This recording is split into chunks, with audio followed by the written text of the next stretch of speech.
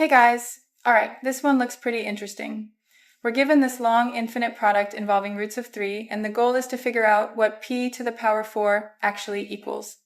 And before we jump into all the algebra, take a moment and try the puzzle yourself.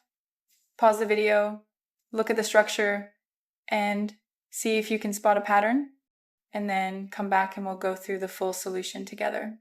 Okay, so here's what's going on.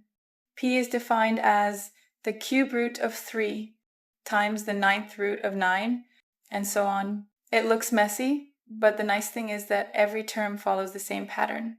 Now, the first trick is to rewrite every one of these roots as an exponent. So cube root of 3 becomes 3 to the 1/3. 9th root of 9 becomes 9 to the 1/9. Basically, we're turning all these nested radicals into clean exponents. The second trick, and this is the big simplification, is noticing that all the bases are actually powers of 3. 9 is 3 squared, 27 is 3 cubed, 81 is 3 to the 4th, so each term becomes a power of 3 raised to another power. So something like 9 to the 1/9 becomes 3 squared raised to the 1/9, which simplifies to 3 to the 2/9. And 27 to the 1/27 becomes 3 cubed raised to the 1/27, which is 3 to the 3/27. So pretty quickly, P turns into a product of powers of 3, and multiplying powers with the same base means we just add their exponents. So the whole infinite product compresses into P equals 3 raised to the power 1/3 plus 2/9 plus 3/27 plus 4/81, and so on. That long list of fractions is our exponent, and let's call it capital S. So the real question becomes, what is S? Now, this isn't a simple geometric series, but there's a classic trick here. Compare S with S divided by 3.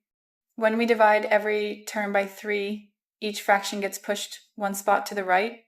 So S over 3 becomes 1/9 plus 2/27 plus 3/81, and so on. And now comes the satisfying part. If we subtract the two expressions S minus S over 3, we're left with a much simpler series. 1/3 plus 1/9 plus 1/27 plus 1/81, and so on. That new series is geometric. The first term is 1/3. The ratio is 1/3. So the sum is the first term divided by 1 minus the ratio. That's 1/3 divided by 2/3, which comes out to 1/2.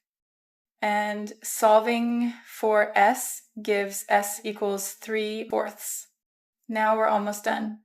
P is 3 raised to the power S, but the question is asking for P to the 4th power. So we take 3 to the 3/4 and raise it to 4, which is 27. Alright guys, if you enjoyed this one, and I hope you did, make sure to like the video, leave a comment, and don't forget to subscribe for more fun math problems. Thanks for watching, and I'll see you in the next one.